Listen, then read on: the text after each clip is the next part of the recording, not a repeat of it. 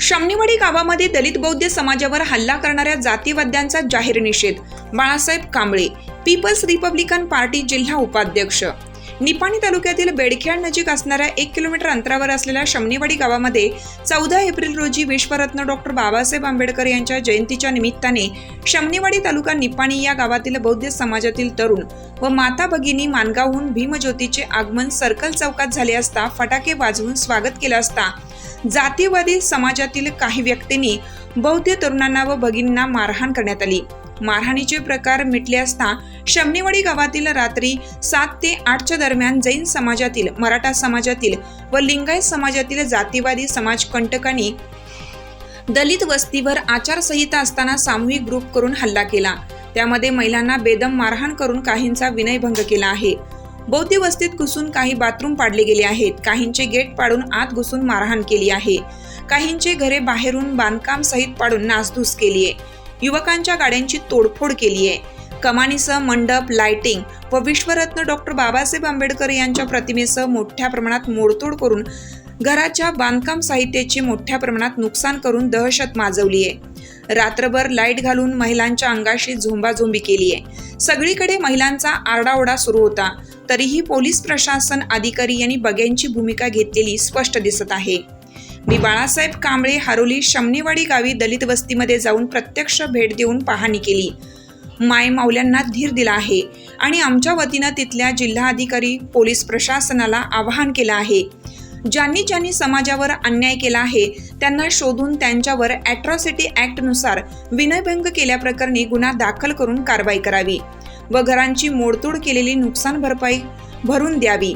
पंचनामा करून जे जातीवादी आरोपी आहेत त्यांच्यावर दंगलखोरीचा गुन्हा दाखल करून कारवाई करून आरोपींना जेरबंद करावं यासाठी मुख्यमंत्र्यांना निवेदन देणार. तरी जिल्हा पोलीस अधीक्षक व जिल्हाधिकारी यांनी तातडीने शमनेवाडी गावातील दलित समाजाला संरक्षण द्यावं, अन्यथा या प्रकरणी देशभर आंदोलन पेटेल. आरोपींना तातडीने जेरबंद करा. बाळासाहेब मारुती कांबळे, हरोली, ज्येष्ठ सामाजिक कार्यकर्ते, पीपल्स रिपब्लिकन पार्टी जिल्हा उपाध्यक्ष. बाळासाहेब मारुती कांबळे, मी पीपल्स जिल्ह्याचा उपाध्यक्ष आहे. फार मी जुना कार्यकर्ता आहे. आम्ही ज्या ज्या ठिकाणी अन्याय होईल त्या त्या ठिकाणी आम्ही जाऊन तुम्हाला सांगायचं. आता खरी येण्याची म्हणजे वेळ आमच्या घरात आता ही मी आमचं पण थांबत नाही. बरंच आम्ही बघितलं तुमच्या ह्याच्यामध्ये एका फटाकडे नुसतं उडवल्यामुळे तुम्हाला सांगायचं या इतक्या तिन्ही समाजाने आपल्या दलित समाजावर हल्ला केलेला आहे आणि आमच्या मायमावल्यावर तुम्हाला सांगायचं हल्ला केलेला आहे. लहान बाळावरती हल्ला केलेला आहे. अनेकांची घरं पाडलेली आहेत. गाड्यातही मोडतोड झालेली आहे. आणि विशेष म्हणजे काय, डॉक्टर बाबासाहेब आंबेडकरांच्या फोटोची मोडतोड, महापुरुषांची विटंबना केलेली आहे. महिलांना आवारच्या भाषेमध्ये शिवीगाळ केलेली आहे.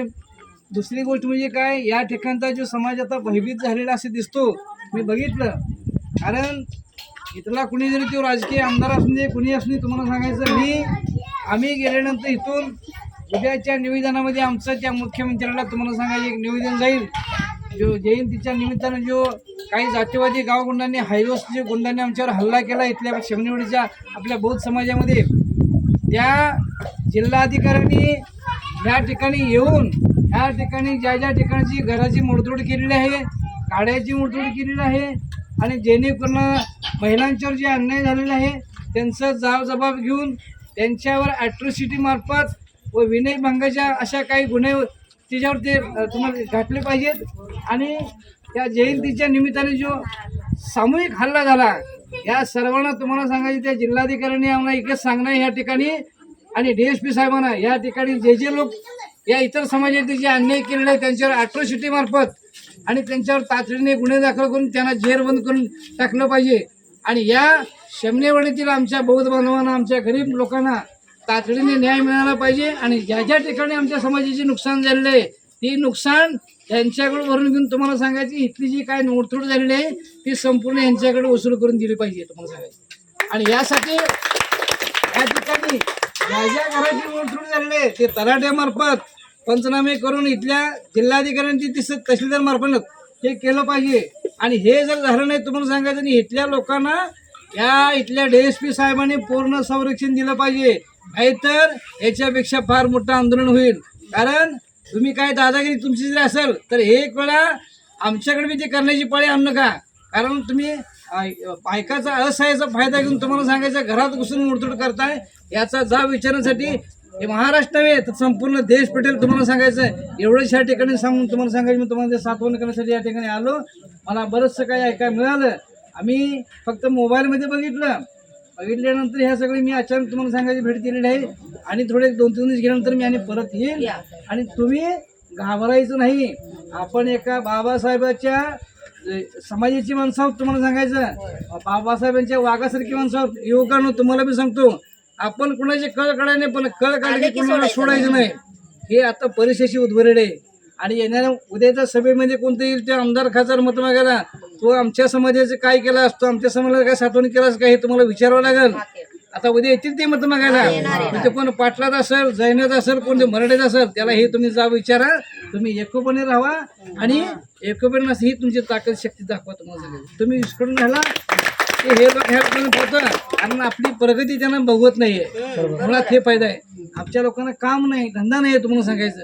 म्हणून आपली इमानी जात आहे प्रामाणिक आहे. कोणाची चोरी करणार नाही राबून खाणार आपला समाज आहे.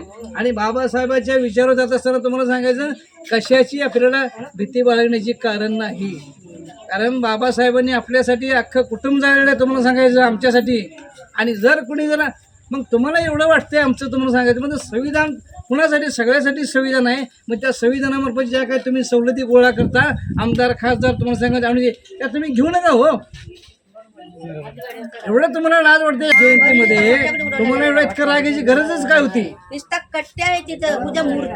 त्याच्यासाठी उद्या कर्नाटक राज्याच्या मुख्यमंत्र्यांना आमचं निवेदन असेल आणि उद्याच्या उद्या तुम्हाला सांगायचं निवेदन मी करून पाठवणार आहे. आणि मी पुढं ताई 1-2-3 दिवसांनी आम्ही परत मी 5 दिवसांनी घेऊन जातो. आणि आमचा तुम्हाला तयार पाठिंबा आहे. इथून पुढं हा नंबरला माझ्यावर काय झालं फक्त मला फोन करत चला एवढंच या ठिकाणी. इथून पुढं हा नंबरला माझ्यावर काय झालं फक्त मला फोन करत चला एवढंच या ठिकाणी तुमचा मी आशीर्वाद घेतो.